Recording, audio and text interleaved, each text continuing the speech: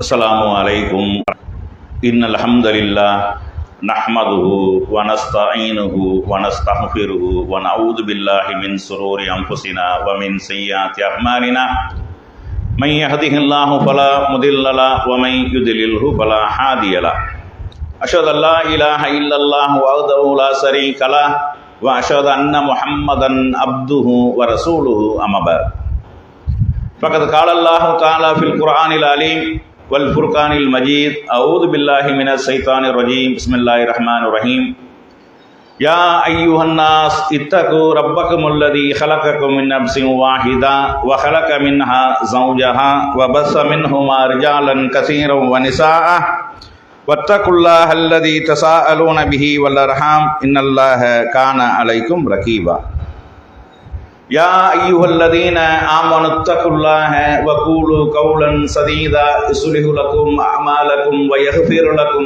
दुनूबकुम व मन युतिइल्लाह व रसूलहु फ़क़द फ़ाज़ फ़ौज़न अलीमा या अय्युहल्लज़ीना आमनुत्तक़ुल्लाह हक़्क़ तुक़ातिही व ला तमूतुन्न इल्ला व अंतुम मुस्लिमून क़ाल नबियुना सल्लल्लाहु अलैहि वसल्लम इन्ना अस्दक़ल हदीस किताबुल्लाह व अहसनुल हदी मुहम्मदिन सल्लल्लाहु अलैहि वसल्लम शर्रुल उमूरि मुहदसातुहा व कुल्लु मुहदसतिन बिदअ व कुल्लु बिदअतिन ललाला व कुल्लु ललालतिन நிகழ்ச்சி ஏற்பாடு செய்யப்பட்டு தற்பொழுது நடந்து கொண்டிருக்கிறது. இதில் ஈமான் உறுதி பெற ஈமானின் உறுதிகள் என்ற தலைப்பில் ஒரு சில முக்கியமான செய்திகளை நாம் அறிந்து கொண்டு நம்முடைய ஈமானை எந்த நேரத்திலும் இழந்து விடாமல் நம்முடைய ஈமானை பலப்படுத்திக் கொள்ள வேண்டும் என்பதற்காக இந்த தலைப்பு இங்கே தேர்ந்தெடுக்கப்பட்டுள்ளது. இந்த இஸ்லாமிய மார்க்கத்தை பொறுத்தளவுக்கு அடிப்படையாக இருக்கக்கூடிய விஷயம் ஈமான். ஈமான் என்றால் நம்பிக்கை என்பது அதனுடைய பொருள். ஆனால் இஸ்லாமிய வழக்கில் இந்த ஈமான் என்று சொல்லக்கூடிய அந்த சொல்லுக்கு அல்லாஹ் எதையெல்லாம் நம்ப சொல்கிறானோ அத்தனை விஷயங்களையும் நாம் நம்பியாக வேண்டும். அது நம்ம அறிவுக்கு படுது, நம்ம அறிவுக்கு படலை என்ற பாகுபாடு இன்றி அல்லாஹ் சுப்ஹானஹு வ தஆலா எந்த விஷயங்களை எல்லாம் நீங்கள் ஈமான் கொள்ள வேண்டும், நம்ப வேண்டும் என்று சொல்கிறானோ அத்தனை விஷயங்களையும் அப்படியே நம்பிக்கை கொள்வதுதான் ஈமான் என்பது. இதில் பிரதானமாக நமக்கு சொல்லித்தரப்பட்ட விஷயங்கள் நமக்கு தெரியும். ஆமன்து பில்லாஹி வ மலாயிகா, அதாவது மரணத்திற்கு பின்னாடி ஒரு வாழ்க்கை இருக்கிறது என்று ஈமான் கொள்கிறேன், நன்மை தீமையாவும் இறைவன் புறத்திலிருந்து தான் வருகிறது என்று ஈமான் கொள்கிறேன். இந்த அடிப்படையான விஷயங்களை ஈமான் கொண்டு விட்டால் அந்த ஈமான்ல நம்ம உறுதியாக இருக்க வேண்டும். ஈமானை அசைத்து பார்க்கக்கூடிய விதமாக நம்முடைய வாழ்க்கையில பல்வேறு விஷயங்கள் நடந்தாலும் அதில் ஈமான்ல எந்த விதமான ஒரு சலனமும் இல்லாமல் எல்லாமே அல்லாஹ்வுடைய நாட்டம்தான் என்ற ஒரு முடிவுக்கு வர வேண்டிய நாம் இன்றைக்கு பெரும்பாலான மக்கள்கள், அதில் குறிப்பாக பெண்கள், ஈமானை இழந்து தன்னுடைய காசு பணங்களை இழந்து கற்புகளை இழந்து நடுத்தெருவுக்கு வரக்கூடிய காரியங்களை பார்க்குறோம். இது இஸ்லாத்தினுடைய அந்த எல்லையை விட்டு வெளியேறக்கூடிய காரியமாகவும் மாறுகிறது. ஈமான் இல்லாமல் சிறுக்கான காரியங்களுக்கு செல்லக்கூடிய விஷயங்களாகவும் மாறிவிடுகின்றது. அற்பமான ஒரு பிரச்சனை, ஒரு சொற்பமான ஒரு பிரச்சனைக்கு கூட நம்முடைய ஈமான் தாக்கு பிடிக்க முடியவில்லை என்றால், நம்முடைய ஈமானை ஸ்டடி பண்ண இல்லை என்றால் பெரிய பெரிய விஷயங்கள்லாம் வரக்கூடிய நேரத்தில் நம்ம தடுமாறி விடுகின்றோம். இந்த தடுமாற்றம் என்பது ஈமான்ல வந்துவிடக்கூடாது என்பதற்காகத்தான் அல்லாஹ் மூமின்களுக்கு ஒரு முன் உதாரணமாக, முன் மாடலாக அல்லாஹ் ஒரு பெண்ணை சொல்லி காட்டுறான். இப்படி நீங்க இருந்தீர்களேயானால் நீங்கள் சரியான பெண்கள், ஒரு ஈமான் உள்ள பெண்கள், ஈமான் உள்ள மூமின்கள் என்று பொதுவாகவே அல்லாஹ் சொல்லலாம். பெண்களுக்கு மாத்திரம் இல்லாமல் இரண்டு பேருக்கும் சேர்த்து, ஆணுக்கும் பெண்ணுக்கும் சேர்த்த மாதிரி அல்லாஹ் சொல்றான். ஒரு பெண்ணை முன்னுதாரணமாக காட்டுகிறான். அந்த பெண் எப்படி தன்னுடைய வாழ்க்கையை அவர்கள் எடுத்துக்கொண்டார்கள், அவருடைய வாழ்க்கை எப்படி ஆரம்பத்தில் இருந்தது, அதை இழக்க வேண்டிய சூழ்நிலை வரக்கூடிய நேரத்திலையும் அதை அல்லாஹ்வுக்காக தியாகம் செய்தார்கள். அதனால் ஏற்படக்கூடிய அத்தனை பிரச்சனைகளையும் அல்லாஹ்வுக்காக சகித்துக் கொண்டார்கள், அல்லாஹ்வுக்காக ஏற்றுக்கொண்டார்கள், அல்லாஹ்வுக்காக தாங்கிக் கொண்டார்கள். அந்த சொர்க்கத்தில் ஒரு மாளிகையை கட்டிவிடு என்று சொன்னார்களே, அதுல உங்களுக்கு முன் உதாரணம் இருக்கிறது, ரோல் மாடல் இருக்கிறது என்று எல்லாம் சொல்லி காட்டுறான். அப்ப சொர்க்கத்துல ஒரு மாளிகை தா என்று அவர்கள் எப்ப கேட்டார்கள்? அந்த உலகத்துல ஆடம்பரமாக வாழ்ந்தார்கள், ரொம்ப சொகுசாக வாழ்ந்தார்கள். பெண்கள் எல்லாம் எதை தியாகம் செய்வதற்கு பயப்படுறார்களோ அதையெல்லாம் தியாகம் செய்தார்கள். ஆடம்பர வாழ்க்கைக்கு தானே இன்னைக்கு பெண்கள் அடிமையா இருக்கிறாங்க. கணவனுடைய வருமானம் என்ன, கணவனுடைய சம்பாத்தியம், அது மாதிரி நம்மளும் வாங்கணும். சாதாரண ஒரு புடவை வாங்கினாலும் அது மாதிரி நம்மள்ட்ட இருக்குன்னு ஆசைப்படுறோமா இல்லையா? இதெல்லாம் ஆடம்பரத்தினுடைய வெளிப்பாடு. ஒண்ணுமே இல்ல வாங்குறது என்பது வேற. வீரம் நிறைய இருக்கக்கூடிய நேரத்திலையும் இன்னும் வேண்டும் என்று சொல்லக்கூடியது, அடுத்த வீட்டில் அது மாதிரி இருக்குது, இது புது டிசைனா வந்திருக்கிறது, நம்ம வீட்டில் இல்லையே என்று சொல்லி அதற்காக கணவனை நச்சரித்து கடனை வாங்கி உடனே வாங்கி வட்டிக்கு வாங்கி இப்படியெல்லாம் ஆடம்பரத்துக்காக நம்ம செலவு செய்யறோமே. ஆனா அத்தனை ஆடம்பரத்தையும் அவர்கள் இழந்தார்கள். ஏன்? ஃபிரௌனுடைய மனைவி என்று சொல்லக்கூடியவர்கள். ஃபிரௌன் யார் என்றால் அவன் மிகப்பெரிய ஒரு ராஜா, மிகப்பெரிய ஒரு மன்னன், மிகப்பெரிய ஒரு அரசன். அந்த அரசனுக்கு மனைவியா இருக்குன்னா சும்மாவா இருக்கு? ஒரு தலைவருக்கு ஒரு மனைவியா இருந்தாண்டா, ஒரு கவுன்சிலருக்கு ஒரு மனைவியாக இருந்தாருந்தா, அல்லது ஒரு எம்எல்ஏக்கு மனைவியா இருந்தா எவ்வளவு மதிப்பு இருக்கிறது, எவ்வளவு கௌரவம் இருக்கிறது. ஒரு நாட்டினுடைய ஒட்டுமொத்த அரசாங்கத்தினுடைய தலைவராக இருக்கக்கூடிய, மன்னனாக இருக்கக்கூடிய, அவனுடைய மனைவியாக இருக்கக்கூடியவர்கள் எவ்வளவு சுகபோகமாக வாழ்ந்திருப்பார்கள், இவ்வளவு ஒரு ராஜ வாழ்க்கை வாழ்ந்திருப்பார்கள். அவர்களுக்கு பணிவிடை செய்வதற்கு எத்தனை ஆயிரக்கணக்கான பெண்கள் இருந்திருப்பார்கள். அவருடைய அழகு நகைகள், அழகு ஆபரணங்கள் எவ்வளவு இருந்திருக்கும். அப்ப அத்தனை வாழ்க்கையையும் துச்சமாக மதித்தார்கள் என்றால் ஏன் மதித்தார்கள்? துச்சமாக என்னதை நினைத்து அவர்கள் அதை விட்டு வெளியேறினார்கள் என்றால் ஏன் அவர்கள் எதிர்த்தார்கள்? ஏன் அதையெல்லாம் தூக்கி எறிந்தார்கள் என்றால் அவர்கள் அல்லாஹ்வை ஏற்றுக்கொண்ட காரணத்தினால், இறைவன் மீது ஈமான் கொண்ட காரணத்தினால்தான் அத்தனையும் இழக்க வேண்டிய சூழ்நிலையிலும் இழந்தார்கள். அதற்காக அவர்கள் கவலைப்படவில்லை. பெரிய பெரிய மாளிகையில வாழ்ந்த அந்த பெண், அந்த அம்மையார் அத்தனையும் தூக்கி எறிந்து விட்டு அல்லாஹ்வுக்காக தியாகம் செய்து முன் வந்தார்களே. இதெல்லாம் எனக்கு தேவையில்லை, இந்த ஆடம்பரம் எனக்கு தேவையில்லை, இந்த சொகுசு வாழ்க்கை எனக்கு தேவையில்லை, நான் என் இறைவனுடைய பொருத்தத்தை பெற வேண்டும், அன்பை பெற வேண்டும், மன்னிப்பை பெற வேண்டும் என்பதற்காக அத்தனையும் இழந்து விட்டு வந்தார்களா இல்லையா? இழந்து விட்டு வந்ததோடு மட்டுமில்லாமல் என் இறைவன் எனக்கு சொர்க்கத்தில் ஒரு மாளிகை தர வேண்டும் என்று கேட்டார்களா இல்லையா? அதுலதான் உங்களுக்கு முன்மாதிரி இருக்கிறது என்று சொல்லி அல்லாஹ் தன்னுடைய திருமறை குர்ஆன்ல சொல்றான். அதுபோல இல்லை, அவர்களை அந்த அவங்க ஃபிரௌனுடைய கொள்கையை விட்டு, ஃபிரௌன் சொல்லக்கூடிய அந்த செய்தியை விட்டு வெளியேறியது மட்டுமல்லாமல் அல்லாஹ் ஒருவன் என்று சொன்ன மாத்திரத்தில் அவனுக்கு கடுமையான கோபம். நான் கடவுள் என்று சொல்றேன், நான் தான் மிகப்பெரிய ராஜா என்று சொல்றேன், என்னை விட்டுட்டு நீ போயிருவியா, மூசா சொல்லக்கூடிய இறைவனை நீ ஏற்றுக்கொள்வையா என்று சொல்லி அவனும் சித்திரவதை செய்கிறான். அந்த சமுதாயத்தார்களும் சித்திரவதை செய்கிறாங்க. அதனிடமிருந்தும் அல்லாஹ்விடத்துல பாதுகாப்பு தேடினார்கள். இது காலத்து ரப்பி பினிலி இந்தக பைத்தன் ஃபில் ஜன்னா வ நஜ்ஜினி மின் ஃபிரௌன வ அமலிஹி வ நஜ்ஜினி மினல் கௌமில் ஆலிமீன். எல்லாம் அந்த அக்கிரமக்கார ஃபிரௌனிடமிருந்தும் அந்த அக்கிரமக்கார கூட்டத்திடமிருந்தும் என்னை நீ பாதுகாப்பாயாக என்று சொல்லி அல்லாஹ்விடத்தில் கேட்டார்கள் என்ற செய்தியை அல்லாஹ் சொல்லி காட்டுறான். அப்ப இந்த ஆசியா அம்மையார் அவர்களிடத்துல ஒரு அழகான முன்மாதிரி இருக்கிறது என்றால், மறுமை வாழ்விற்காக இந்த உலகத்தை அவர்கள் பொருட்டாக கருதவில்லை. இந்த உலகத்தில் நடக்கக்கூடிய எவ்வளவு பெரிய கஷ்டங்களாக இருந்தாலும், எவ்வளவு பெரிய சிரமங்களாக இருந்தாலும், எவ்வளவு பெரிய சித்திரவதைகளாக இருந்தாலும் அதை அல்லாஹ்வுக்காக சகித்துக் கொண்டார்கள். அல்லாஹ்விடத்தில் முறையிட்டார்கள். எல்லாம் எனக்கு சொர்க்கத்தில் ஒரு மாளிகை தா என்று கேட்டார்களே. அப்ப இன்னைக்கு நம்ம அப்படி இருக்கிறோமா? நமக்கு ஒரு சின்ன ஒரு தலைவலி வர முடியல, ஒரு காய்ச்சல் வர முடியல. இது பெண்கள்ல ரொம்ப அதிகமா இருக்குது. தாயத்து போடுறதுல இருந்து, தகடு வாங்குறதுல இருந்து, மந்திரகாதிட்ட போறதுல இருந்து, ஜோசியக்காரன் போறதுல இருந்து, சூனியக்காரன்கிற பேர்ல அவன்கிட்ட போறதுல இருந்து, இது எல்லாமே பக்கா ஃப்ராடு என்று மக்களுக்கு விளங்கப்படுத்தாததின் காரணமாக எதன் மேல நம்பிக்கை வைக்கணுமோ அதன் மேல நம்பிக்கை வைக்காமல் இந்த மாதிரியான சைத்தானிய தீய சக்திகளாக இருக்கக்கூடிய இவர்கள் மேல நம்பிக்கை வைக்கிறார்கள். ஜோசியக்காரன் எல்லாத்தையும் நம்மளுக்கு சொல்லி தந்துருவான், அவன் கையை பிடிச்சு பார்த்தான்டா அக்கு வேற ஆணி வேற சொல்லிடுவான், இப்படி நம்புறாங்களே. எப்படி அவனுக்கு முடியும்? இதனால நீங்கள் இழப்பது என்னமோ பொருளாதாரம் மட்டுமில்ல, உங்களுடைய பிரதானமாக இருக்கக்கூடிய ஈமான், அது போக உங்களுடைய கற்புகள். எத்தனை இடங்கள்ல நடக்குது. இரவு நேரத்தில் பூஜை செய்யணும்னு கூட்டிட்டு போய் பல பெண்களுடைய வாழ்க்கையை சீரழிச்சுட்டாங்க. இதெல்லாம் நீங்க அன்றாட செய்தித்தாள்கள்ல படிக்கலாம், அதே மாதிரி நியூஸ் சேனல்கள்ல பார்க்கலாம். நீங்க இது பரவலாக நடந்து கொண்டிருக்கு. ஆனா மக்கள் திருந்தினபாடு கிடையாது. இப்படிலாம் நடக்குது, இதெல்லாம் பிராடு, இதெல்லாம் பொய் என்று திருந்தினபாடு கிடையாது. அப்ப அவனுக்கு தெரியல நம்ம மாட்டிக்கிறோம்னு. நமக்கு ஜோசியம் சொல்றோம்ங்கிறா, நமக்கு நல்ல நாள் கெட்ட நாள் பார்க்கிறோம்ங்கிறா, நமக்கு நல்லதை கணிச்சு சொல்றோம்ங்கிற பேர்ல இருக்கக்கூடிய அவன் மாட்டிக்கொண்டு அடி வாங்குறான். கடைசியில போலீஸ்ல போறான். இந்த மாதிரி பலாத்கார கேஸ்ல மாட்டிக்கொண்டு போலீஸுக்கு சிக்கக்கூடிய காட்சியை பார்க்கிறோம். அப்ப அவனுக்கு தெரியல நம்ம மாட்டிக்கிறோம்னு. அப்ப இந்த மாதிரி ஜோசியக்காரனிடம் சென்று ஈமானை இழக்கக்கூடிய காட்சியை நம்ம பார்க்கிறோம். ஒரு கஷ்டமா இருக்கு, சிரமமா இருக்குது, ரேகை போட்டு பாருங்க, மை போட்டு பாருங்க, வெத்தலையில மை போட்டு பாருங்க இப்படின்னு கேட்கறீங்களா நீங்க? அது அவனுக்கு முடியுமா? அது அவனுக்கு தெரியுமா? இந்த பக்கத்திலேயே நுழைந்து விடக்கூடாது என்பதற்காக நபி ஸல்லல்லாஹு அலைஹி வஸல்லம் அவர்கள் எவ்வளவு பெரிய ஒரு ஸ்ட்ராங்கான ஒரு தடையை போடுறாங்க. எவன் ஜோதி நடத்தில் செல்றானோ அவனுடைய 40 நாள் தொழுகை ஏற்றுக்கொள்ளப்படாது என்று நபி ஸல்லல்லாஹு அலைஹி வஸல்லம் சொல்றாங்க. நம்ம ஆளுக்கு தொழுகிறதே இல்லை. ஆனா 40 நாள் தொழுகை பாலா போயிருச்சுன்னா 40 நாள் தொழுது இருக்கிறோம், தொழுத ஒரு பிரயோஜனமும் இல்லை என்றால் அப்ப என்ன அர்த்தம்? நாளைக்கு மறுமையில் நிற்கக்கூடியதுல பெரிய கை சேதம் இல்லையா? அவனிடத்தில் சென்றதற்காக அவன் சொன்னதை எவன் உண்மைப்படுத்துகிறானோ, முகம்மது ஆகிய எனக்கு அருளப்பட்ட வேதத்தை அவன் நிராகரித்து விட்டான், இஸ்லாத்தை விட்டு வெளியே போயிட்டான்னு அர்த்தம். ஏன்? அவனுக்கு நாளைக்கு நடக்கிறது தெரியும்னு நம்புற, அவன் நாளைக்கு நல்ல அறிவான்னு நம்புற. இந்த விஷயம் அல்லாஹ்வுக்கு மட்டும் தான் தெரியும். ஒரு ஆத்மா எந்த ஒரு ஆத்மாவாக இருந்தாலும் நாளைக்கு என்ன சம்பாதிக்கும் என்பது அல்லாஹ்வை தவிர யாராலையும் சொல்ல முடியாது. எந்த ஜோசியக்காரனுக்கு முடியாது. அவனுக்கு என்ன நடக்கும்னு அவனுக்கு தெரியாது. அவன் யார்கிட்ட அடி வாங்க போறான்னு அவனுக்கு தெரியாது. பார்க்குறமா இல்லையா?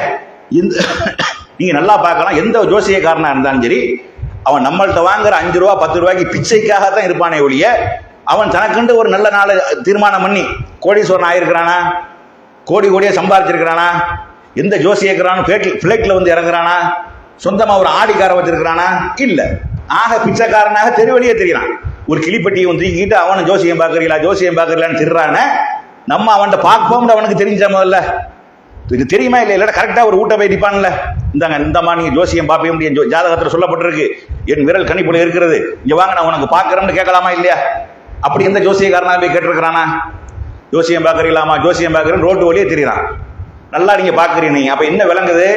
எவன் அவன்கிட்ட ஜோசியம் பார்ப்பான் என்பது அவனுக்கு தெரியாது. அவன்கிட்ட யாரு போய் ஜோசியம் பார்ப்பான் என்பது அவனுக்கு தெரியாது. நீங்க வேண்டாம் அவனை வந்து சோதிக்கும் முகமா என்ன செய்ய, ஒரு 10 பேர் கூடி அவனை கூப்பிட்டு உட்கார வச்சிருங்க. உட்கார வச்சுக்கிட்டு நீ கைரேகை பார்க்கறது இருக்கட்டும், எனக்கு நீ நாளைக்கு நடக்கிறத சொல்றது இருக்கட்டும், ஒரு 10 வருஷம் கழிச்சு சொல்றது இருக்கட்டும், இப்ப என் சோப்புக்குள்ள என்ன இருக்குன்னு சொல்லி பார்ப்போம், பாக்கெட்ல என்ன இருக்குன்னு சொல்லி பார்ப்போம்னு கேளுங்க. ரூபா நோட்ல வந்து எத்தனை 100 ரூபா நோட் இருக்குது, எத்தனை 50 ரூபா நோட் இருக்குது, எத்தனை 20 ரூபா நோட் இருக்குது சொல்லு பார்ப்போம்னு கேளுங்க.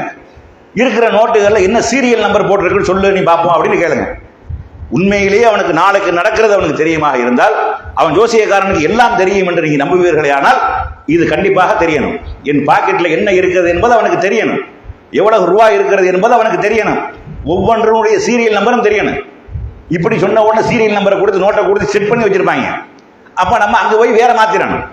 கீழே கிடக்கக்கூடிய ஒரு 4-5 பொருளை கையில் எடுத்துக்கிட்டு கையில் என்ன வச்சிருக்கிறேன்னு கேட்கணும். நம்ம இப்படிலாம் சொல்லி கொடுக்கறதுனால அவங்க என்ன செய்யறாங்கன்னா, ஒரு ஆள் வேணும்னு செட் பண்ணி 2 100 ரூபா தாள், ஒரு 50 ரூபா தாள், ஒரு 20 ரூபா தாளை வச்சுக்கிட்டு அதனுடைய சீரியல் நம்பரை வச்சுக்கிட்டு மனப்பாடம் பண்ணி வச்சுக்கிட்டு அவன் அந்த சபையில் உட்கார வச்சுக்கிட்டு ஒரு ஜோப்பில் 2 100 ரூபா இருக்குது, 2 50 ரூபா இருக்குது, 2 20 ரூபா இருக்குது, இதனுடைய சீரியல் நம்பர் இதுதான், எடுத்து பார்ப்போம் அப்படின்ற உடனே எடுத்து காட்டுறாங்க. அப்படியே இருக்குது. ஆனா இதுவும் ஃப்ராடு. எவனுக்கு சொல்ல முடியாது. இப்படி சொல்வானே ஆனால் அவன் முன்னாடியே செட் பண்ணப்பட்ட ஆள் அவன். அப்ப என்ன செய்யணும்? வேற ஏதாவது செய்யணும். இப்படி முடியுமா? முடியாது. அது மாதிரி வந்து இந்த ஒரு நோய் நொடி வந்து விட்டால், ஒரு 2 நாள் தங்கி விட்டால் நம்மளுடைய மக்கள் ஈமான் அப்படியே வெளியேறி போகுது. என்ன வெளியேறி போகுது? தகடு தாயத்துன்னு போறாங்க. ஆலிம் சாட்ட போய், ஆலிம் சார் எனக்கு ஒரு தகடு ஒரு தாயத்தை போட்டு விடுங்க, எனக்கு ஒரு தட்டை எழுதித்தாங்க, எங்க வீட்டுல மாற்றுறதுக்கு தட்டை எழுதித்தாங்க, ஒரு தாயத்தை போட்டு விடுங்கன்னு போறாங்க. தாயத்தை போட்டா நோய் போயிருமா? தாயத்துக்கு நோய் எதிர்ப்பு சக்தி இருக்குதா? அதுக்கு அது உள்ள மெடிசன் இருக்குதா? தாயத்தில் இருக்குதா? இல்ல.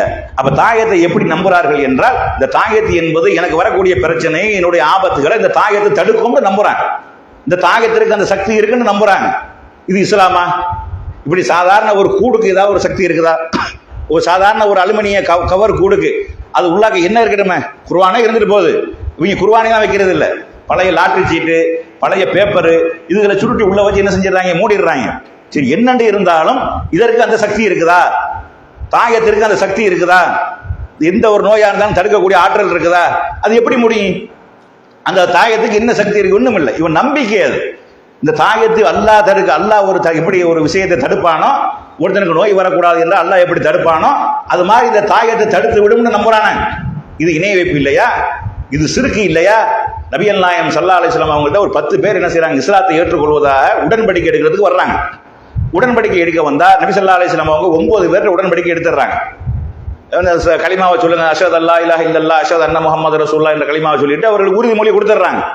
ஒரு நபி தோழருக்கு ரசூலுல்லாஹ் உறுதிமொழி கொடுக்கல. ஏன் அப்படின்னு கேட்க வீச சொல்லிட்டு தான் என்ன செஞ்சாங்க? அவர்களுக்கு உறுதிமொழி கொடுத்தார்கள். அவர்கள் இஸ்லாத்தில் ஏற்றுக்கொண்டார்கள். அப்ப தாயத்து போட்டவன் இஸ்லாத்தில் இல்லைன்னு சொல்றாங்க. அது மாத்திரம் இல்ல, ரசூலுல்லாஹ் தெளிவாக சொன்னார்கள், மன் அல்லக தமீமத்தன் ஃபக்கத் அஸ்ரக். எவன் தாயத்தை தொங்க விட்டானோ அவன் அல்லாஹ்வுக்கு இணை கற்பித்து விட்டான். தெல்ல தெளிவாக சொல்லக்கூடிய ஹதீஸ்.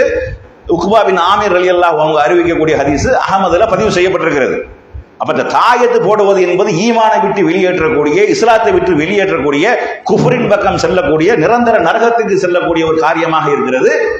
ஆனா நம்ம மக்கள் தாயத்து போடக்கூடிய மக்கள் அதிகமா இருக்கிறாங்க. இடுப்புல கட்டுறாங்க, கழுத்துல போடுறாங்க, என்னமோ கழுத்துல பெரிய சங்கிலி ஓட்ட மாதிரி அது ஒரு பெரிய மதிப்பா வேற போட்டுக்கிட்டு தர்றாங்க, காலில் கட்டுறாங்க, கையில கட்டுறாங்க. இப்படி எல்லாம் பாக்குறீங்களா இல்லையா? இந்த தாயத்து சாதாரண அந்த ஒரு கருப்பு கயிறுக்கு இவ்வளவு பவர் இருக்குன்னு நம்புறீங்க நீங்க, இவ்வளவு சக்தி இருக்குன்னு நம்புறீங்க நீங்க. இதுல நம்ம போலி ஆலிம்சாக்கள் வேற என்னது, அவன் வந்து சிறுக்கானது காரியங்களை சொல்லி தாயத்தை போட்டிருப்பான், அதைத்தான் நீங்க போடக்கூடாது, குர்ஆன் வசனத்தை சொல்லி நம்ம தாயத்தை போட்டா போட்டுக்கிறலாம் இப்படின்ட்டு ஒரு விளக்கம் வியாக்கியானம் வேற.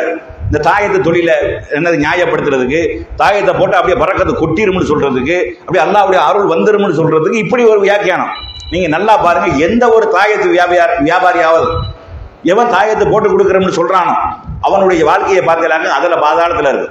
நம்ம கொடுக்கக்கூடிய அந்த 50 ரூபா காசுக்காக அலைஞ்சிக்கிட்டு இருப்பான், நம்ம கொடுக்கக்கூடிய அந்த 20 ரூபா காசுக்காக அலையக்கூடியவனா இருப்பான்.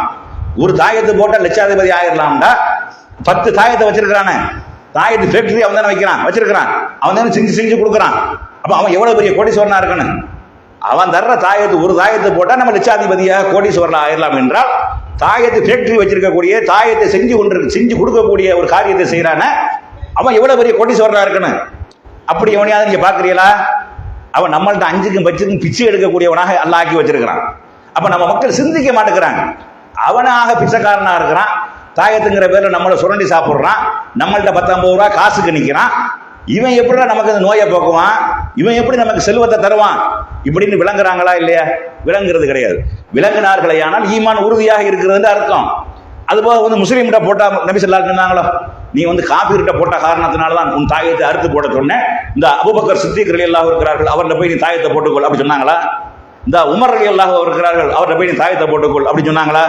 இல்ல நான் ரசூலுல்லாஹ் நான் இருக்கிறேன் கொண்ட நான் தாரேன் தாயத்து, நீ அவன் போட்டிருக்க தாயத்தை நீ போட்டிருக்கிற அது குஃபுரு, நான் தர்றது ஈமான்னு சொன்னாங்களா? அத்து தூக்கி வீச சொன்னாங்களா?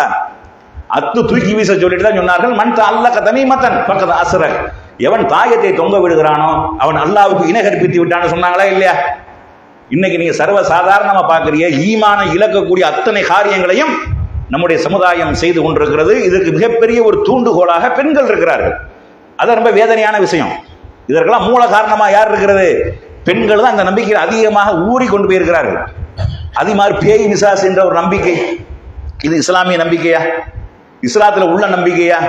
இஸ்லாம்ல ஈமான்ல என்னன்னு நம்ம விளங்கி இருக்கிறோமா இல்லையா? உயிர் என்பது அல்லாஹ்வுடைய அதிகாரத்துல உள்ளது, அல்லாஹ்வுடைய கட்டுப்பாட்டுல உள்ளது. ஒரு உயிர் மரணித்து விடுமையானால், ஒரு மனிதன் மரணித்து விடுவானையானால் உயிரை இறைவன் கைப்பற்றுகிறான். தன்னுடைய தூதர்கள் மூலமாக, வானவர்கள் மூலமாக, மலக்குல் மௌத் மூலமாக கைப்பற்றப்பட்ட உயிர் இறைவனுடைய கண்ட்ரோல்ல இருக்கிறது, இறைவனுடைய பிடியில இருக்கிறது. அவன் தப்பிச்சு வந்து உலாவி கொண்டிருக்கிறான், பே வருது, பிசாசு வருது இப்படின்னு நம்புறீங்கள நீங்க? இது இஸ்லாத்தினுடைய நம்பிக்கையா? இது அல்லாஹ்வை நீங்க பலவீனப்படுத்துவது. அல்லாஹ்வுடைய பிடி என்பது லேசானது. அல்லாஹ்வை தப்பிச்சுக்கிட்டு எல்லாரும் வந்துடலாம், அல்லாஹ்வை தப்பிச்சுட்டு போயிடலாம். கபர்ல கொண்டு போய் அடக்கப்பட்ட உடனே முன்கர் நக்கீர் என்ற வானவர் வந்து விசாரணை செய்து அவனுக்கு தீர்ப்பளிக்கப்பட்டு நல்லவனா இருந்தா நிம்மதியான தூக்கத்தில் இருக்கிறான், கெட்டவனாக இருந்தால் அடி உத வாங்கி கொண்டிருக்கிறான். இவ்வளவு தெளிவான ஹதீஸ்கள் இருக்கிறது. வானவர்களுடைய கண்ட்ரோல்ல அவர்கள் இருக்கிறார்கள் என்பது தெள்ள தெளிவாக இருக்கிறது. அவன் வெளியே வந்து உலா வருகிறான் நம்புறாங்களே, இது பெண்கள் அதிகமாக நம்புறார்கள். இந்த பேய் பிசாசுக்கு பயப்படக்கூடியவர்கள் பெண்கள் தான் அதிகமா இருக்கிறாங்க. பேய்ங்கிறது இஸ்லாத்துல கிடையவே கிடையாது. செத்து போனவர்கள் யாரும் வெளியே வர முடியாது. எவனா என்னன்னு செத்தாலும் சரி, நாண்டுகிட்டு செத்தாலும் சரி, தொங்கிக்கிட்டு செத்தாலும் சரி, ரயில்ல அடிபட்டு செத்தாலும் சரி, பஸ்ல அடிபட்டு செத்தாலும் சரி, அவன் ஆசை நிறைவேறாமல் செத்தாலும் சரி, அல்லது எல்லாம் நிறைவேறிய அப்புறம் செத்தாலும் சரி, இளம் வயதுல செத்தாலும் சரி, கிழவனா போய் செத்தாலும் சரி, செத்து போனவன் எவன் வெளியே வர முடியாது என்பதுதான் இஸ்லாத்தினுடைய நம்பிக்கை. ரசூலுல்லாஹ் வந்தாங்களா? எத்தனையோ சந்தர்ப்பம் இருந்தது. ஒரு ஆன்மா, ஒரு மனிதன் கபருடைய வாழ்க்கையை விட்டு வெளியே வர வேண்டும் என்றால் ரசூலுல்லாஹ் வருவதற்கு ஏராளமான காரணங்கள் இருந்தது. ரசூலுல்லாஹ் மௌத்தா போயிட்டாங்களா இல்லையா என்பதே பெரிய பஞ்சாயத்தா கிடந்தது. எந்திரிச்சு வந்து சொல்லிருக்கலாமா இல்லையா? எந்திரிச்சு வெளியே வர்றது ஒரு பக்கம் கிடையாது. ரசூலுல்லாஹ் மேலதான் இருக்கிறாங்க. மௌத்தா போய் 3 நாளாச்சு அடக்கம் பண்றதுக்கு எந்திரிச்சு சொல்லியிருக்காம இல்லையா? என்னப்பா நீங்க சண்டை போட்டுக்கிறீங்க, நான் தான் மௌத்தா போயிட்டேன்ல, விடுங்கப்பா வேலையா, அடக்கம் பண்ற வெளியே பாருங்க சொல்லிருக்கலாமா இல்லையா? சொன்னாங்களா? அபூபக்கர் சித்திக் ரலியல்லாஹு அவர்கள் வந்துதான் உறுதிப்படுத்தப்பட்டது. உயிர் கைப்பற்றப்பட்டு விட்டால் அது அல்லாஹ்வுடைய அதிகாரத்துக்கு போயிடும். யாராக இருந்தாலும் உலகத்திற்கு திருப்பி அனுப்பப்பட மாட்டார்கள். ஷஹீதாக இருந்தாலும் அனுப்பப்பட மாட்டார்கள். அவர்கள் ஆசைப்படுவாங்க, அல்லாஹ்ட்ட கேட்பாங்க, மீண்டும் என்ன உலகத்துக்கு அனுப்புன்னு கேட்பாங்க. அந்த பேச்சு பேசாத என்றுவான் அல்லாஹ். அதை தவிர வேற என்ன வேண்டாலும் உனக்கு தரேன், இந்த பேச்சை பேசாத என்று அல்லாஹ் சொல்லிவிடுவான் என்று முஸ்லீம்ல ஹதீஸ் பதிவாகி இருக்கிறது. இன்னைக்கு செத்து போனவர்கள் வெளியே வந்து ஊசலாடி கொண்டிருக்கிறார்கள், உலாவி கொண்டிருக்கிறார்கள். நடந்து போனதை நான் பார்த்தேன், இப்படி பச்சையா பேசுறாங்க. பொதுவாக மனிதனுடைய வந்து அந்த சிந்தனையை பொறுத்தளவுக்கு இந்த கிரகிக்கக்கூடிய, அதாவது இந்த எக்ஸ்ட்ரா ஃபிட்டிங் போடக்கூடிய ஒரு தன்மை மூளைக்கு இருக்கிறது. அவனுக்கு ஒரு பயம் ஏற்பட்டு விட்டால், ஒரு இருட்டில் அவன் நடந்து செல்லக்கூடிய நேரத்தில் அவனுடைய அந்த உள்ள என்ன செய்யும், அப்படியே கிரியேட் பண்ண ஆரம்பிக்கும். ஒரு இதை பார்த்தானங்க, ஒரு பொருளை பார்த்தானங்க, இவனுடைய மூளையே கண்ணை வைக்கும், இவனுடைய மூளையே கை காலை கொண்டு வந்துரு. கால் இல்லாம பேயினா கால் இல்லைன்னு சொல்லிடுவாங்க, அதனால இவனுக்கு கால் தெரியாது. இப்படி கிரியேட் பண்ணக்கூடிய ஒரு சிந்தனை, அந்த திறன் மூளையில இருக்கிறது. இவனா கிரியேட் பண்றதானே ஒழிய யதார்த்தம் அதுவா? வெளிச்சம் போட்டா ஏன் வரமாட்டேங்குது? இருட்டுக்குள்ள வர வேண்டிய அவசியம் என்ன? இருட்டுல வர வேண்டிய தேவை என்ன? ஒத்தாள் இருக்கக்கூடிய நேரத்தில் வர வேண்டிய அவசியம் என்ன? பேய்ங்கிறது பலம் வாய்ந்ததுன்னு சொல்றீங்களா இல்லையா? அதை அடிச்சு சாவடிச்சிருக்கிற அளவு சக்தி வாய்ந்ததுன்னு சொல்றீங்களா இல்லையா? செத்து போனவனை இனிமே சாவடிக்க முடியாதுன்னு வேற சொல்றீங்களா இல்லையா? ஒரு 10 பேர் இருக்கல வர வேண்டியதானே? வருமா? வெளிச்சமா இருக்கக்கூடிய நேரத்தில் வருமா? வராது. இருட்டுக்குள்ளதான் வருதுன்னா கோளாறு ஒன்னு இடத்துல, கோளாறு உன் மூளையில கோளாறு, அதனால இருட்டுக்குள்ள உனக்கு அப்படி தெரியுது. இப்ப நம்ம இந்த இரவுல போகக்கூடிய பனைமரத்தை எத்தனையோ பேர் என்ன செய்றாங்க, காட்டு வழியே போறாங்க. எத்தனையோ நாடுகள் இருக்குது. சைனாவுல பேய் இருக்கா? பேய்னு சொன்னா பிடிச்சி உள்ள ஓட்டுருவாங்க. இந்த மூட நம்பிக்கைகள் அங்க இல்ல. சவுதியில எங்கேயா பேய பார்த்திருக்காங்களா? இல்ல. வெளிச்சமா இருக்கக்கூடிய ரோடுகள் எங்கேயா பேய் தெரிஞ்சிருக்கா? இல்ல. எவன் பயந்த சுபாவமா இருக்கிறானோ இரவுல தனியா அவன் போகும்போதே பயந்துகிட்டே போவான், திரும்பி திரும்பி பார்த்துக்கிட்டே போவான். இவனுக்கு தான் அந்த மாதிரியான கற்பனை தோன்றுமே ஒழிய அப்ப உண்மை அது கிடையாது. இந்த பேய்ங்கிற பேர்ல தர்காவுல ஆட, இந்த தர்காவுல போய் ஆட, பேய் ஆடுறது, தர்காவுல போய் தங்குறது குறைஞ்சிருக்கிறது. இதற்கு முன்னாடி எல்லாம் கிழமை ரவுங்கிற பேர்ல, வியாழக்கிழமை ஆகிட்டால வெள்ளிக்கிழமை ரவுங்கிற பேர்ல அங்க போய் படுத்து கிடந்துட்டு எந்திரிச்சு வந்தா தான் இவர்களுக்கு ஒரு திருப்தி. இப்படி இந்த சமுதாயம் இருந்ததா இல்லையா? தர்கா தலங்கள்ல போய் தங்குறது என்ற இதனால் எத்தனை பேர் சீரழிஞ்சு போனாங்க தெரியுமா? எத்தனை குடும்பம் நடுத்தருவுக்கு வந்துச்சு தெரியுமா? எத்தனை குடும்பத்துல கணவன்மார்கள் மனைவியை கைவிட்டார்கள் தெரியுமா? எத்தனை குடும்பத்துல கணவன் மனைவியோடு சந்தோஷமாக வாழவில்லை என்று தெரியுமா? ஆரம்பத்தில் போகும்போது ஒரு நோக்கத்துக்கு போவாங்க, பிறகு அதுவே பழக்கமாகக்கூடிய நேரத்தில் நோக்கம் மாறி விடுகின்றது.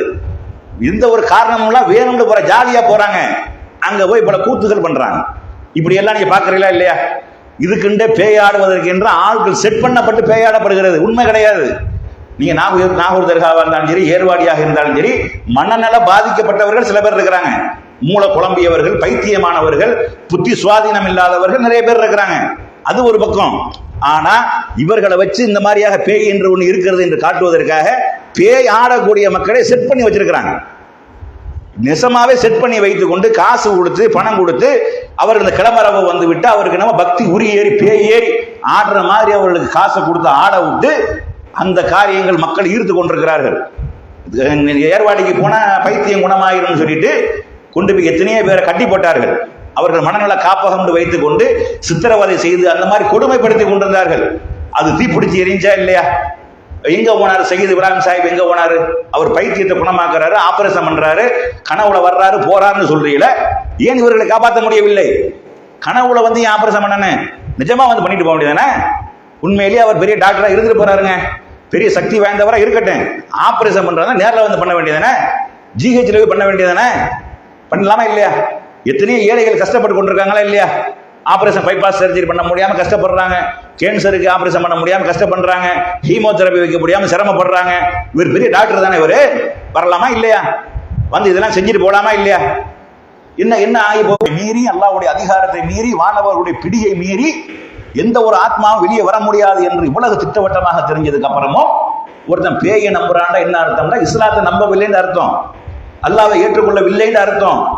இன்னும் சொல்ல போனா அந்த கபருடைய வாழ்க்கை சம்பந்தமா குர்ஆன் சொல்லக்கூடிய நேரத்தில் மிம் வராயின் பர்ஸவுன் இலா யௌமி யுபஅஸூன், எழுப்பப்படும் நாள் வரைக்கும் அவர்களுக்கும் இடையில ஒரு மிக கடுமையான பலமான ஒரு திரை இருக்குதுன்னு எல்லாம் சொல்றான். உயிரோட இருக்கக்கூடிய இங்க உள்ள யாரும் அங்க போக முடியாது, அந்த கபருடைய வாழ்க்கைக்கு போக முடியாது. அங்க இருக்கிற யாராக இருந்தாலும் அங்க இருந்து வர முடியாது.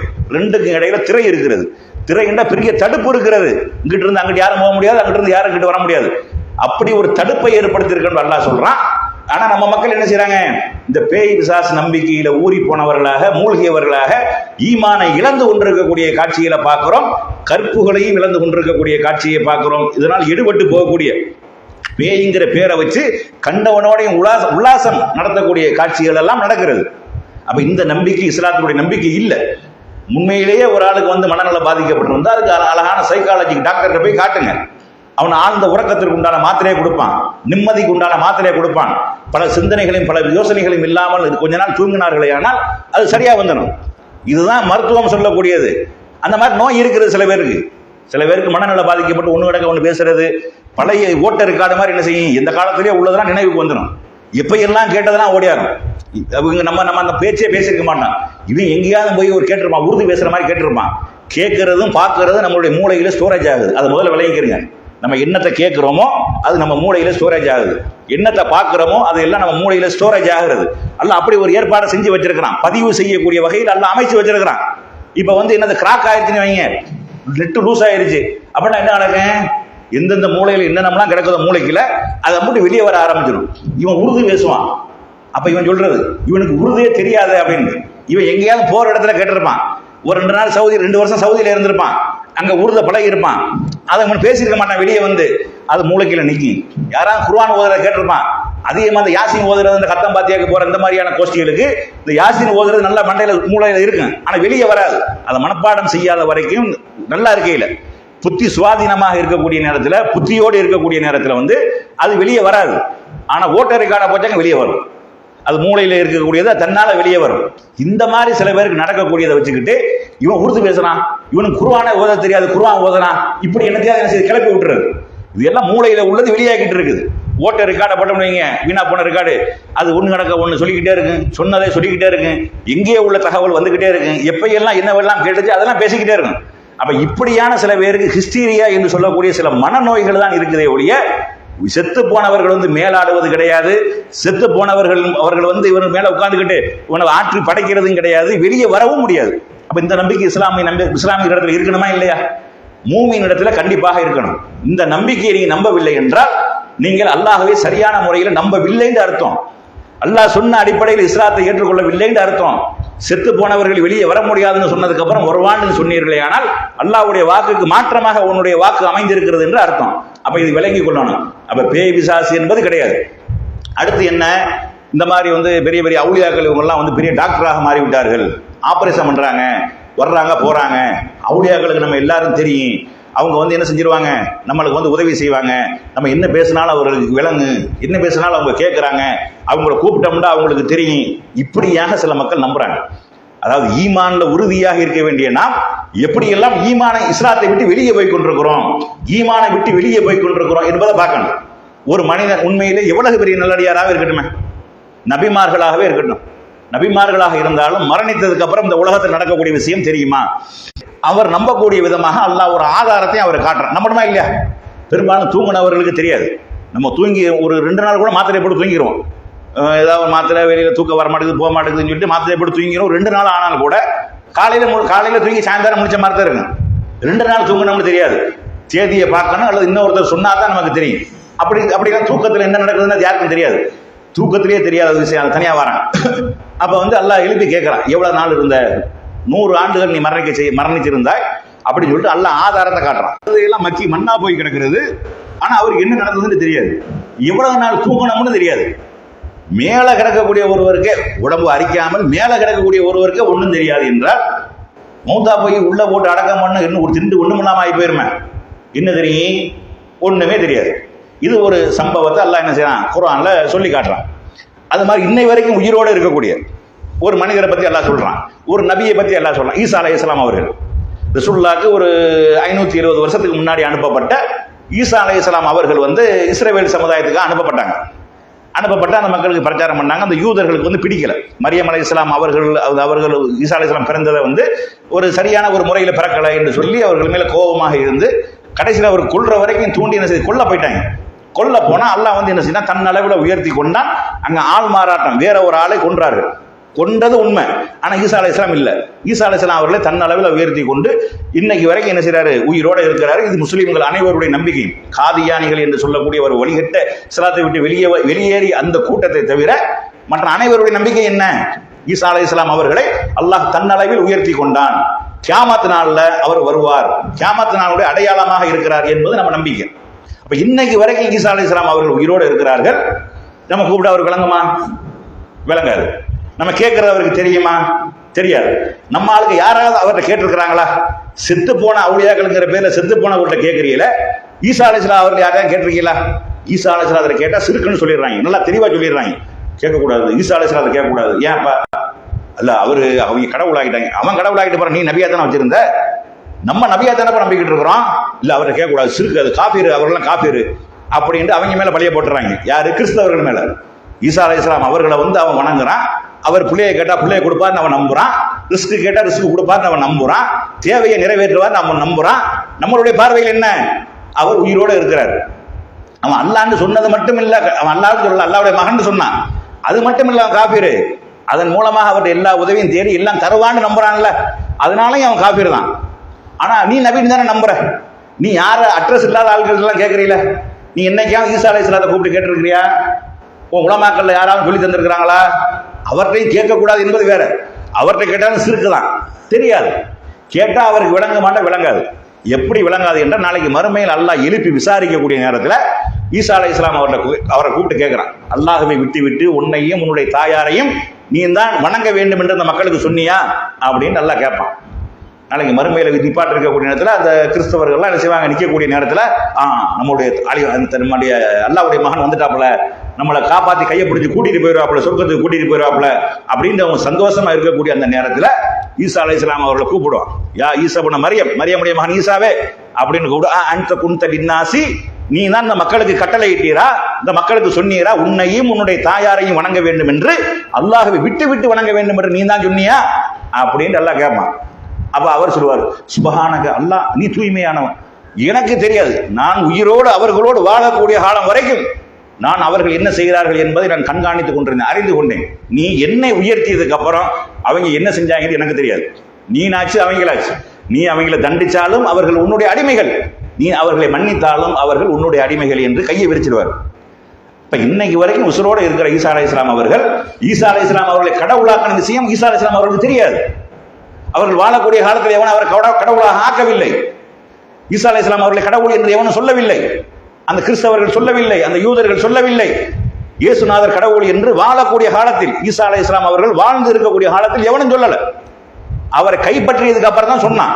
அப்ப அல்லாஹ் கூப்பிட்டு கேட்கக்கூடிய நேரத்தில் எனக்கு தெரியாதுன்றவர். அவங்க என்ன சொன்னாங்க எனக்கு எப்படி தெரியும்?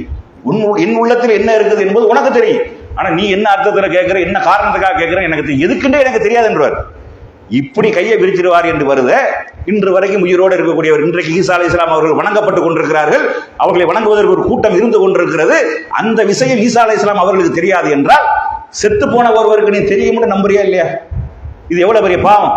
என்னைக்கே மௌத்தா போன ஒரு ஆளு 1000 வருஷத்துக்கு முன்னாடி மௌத்தா போய் அடக்கம் பண்ணியாச்சு. அவரு கூப்பிட்டா ஏண்டு கேட்பாரு, வருவாரு. என்ன சொல்ல போனா அவருக்கு தமிழ் தெரியாது முதல்ல. இப்ப உதாரணமா நம்ம மொய்தீன் அப்துல் காதர் ஜெயிலானி எடுத்துக்கிறோமே, அவருக்கு தமிழ் தெரியுமா? தெரியாது. ஒருவேளை பாரிசி தெரிஞ்சாலும் தெரிஞ்சிருக்கலாம். ஏன்னா ஈராக்கு தொடர்புல இருக்கிறதுனால அவங்க ஈரான்காரங்க உள்ள வந்துட்டாங்க.